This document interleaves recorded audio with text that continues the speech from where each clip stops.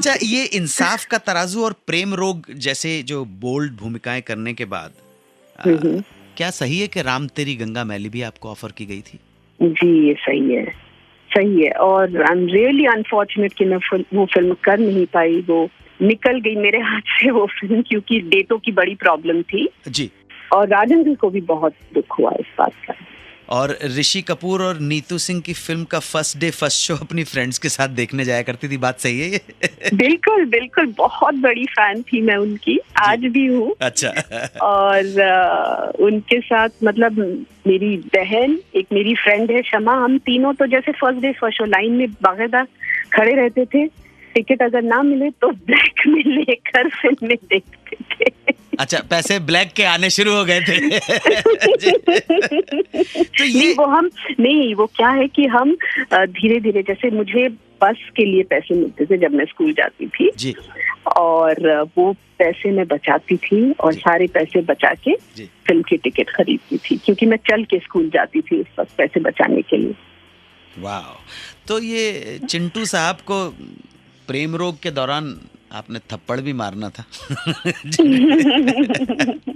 मुझे मालूम है आप इतनी अच्छी एक्ट्रेस हो कि इस चीज़ को आप बहुत अच्छी तरह से, आपको मालूम है ये सब टेक्निकलिटीज होती है, लेकिन कुछ महसूस हुआ ऐसा? कुछ हमने प्रेस में आया था कि थोड़ा सा आप घबरा रही थी कि यार थप्पड़ कैसे? बहुत ज्यादा, क्योंकि पहले तो मैं सिर्फ एक्शन कर रही थी और चिंटू जी रिएक्शन देते थे जी।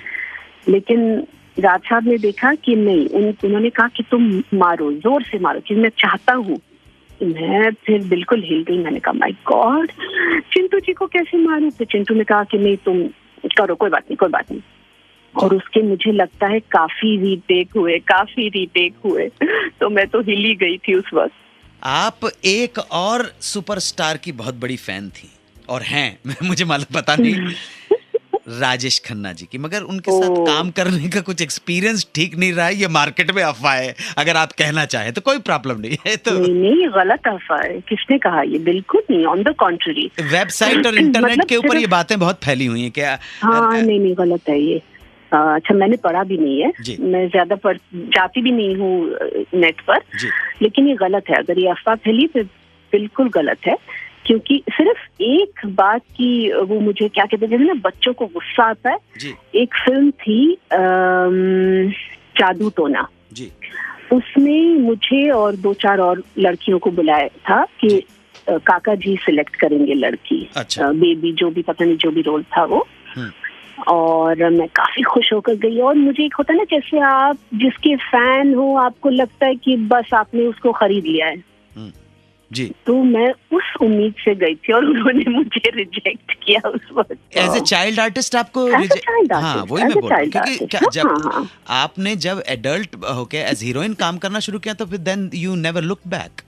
No, I never look back, बिल्कुल। और मैं जब जादू टोना के ऑडिशन के लिए जब गई थी, ऑडिशन तो नहीं था, सिलेक्शन के लिए गई थी जी। तो मैंने देखा काका जी का क्रेज, ओ माय गॉड। और वो मतलब लिटरली गाड़ियां चूमती थी लड़कियां, ये मैंने देखा है अपनी आंखों से एज अ किड जी। And I was one of them.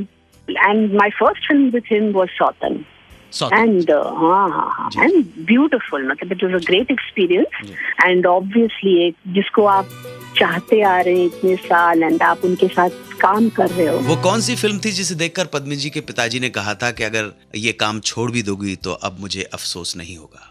Padmini जी खुद बताएंगी। आप सुनते रहें सुहाना सफर विद अन्नू कपूर। आप सुन रहे हैं रेडियो का number 1 show Suhana suffer with Annu Kapoor, सिर्फ 92.7 बिग FM पर।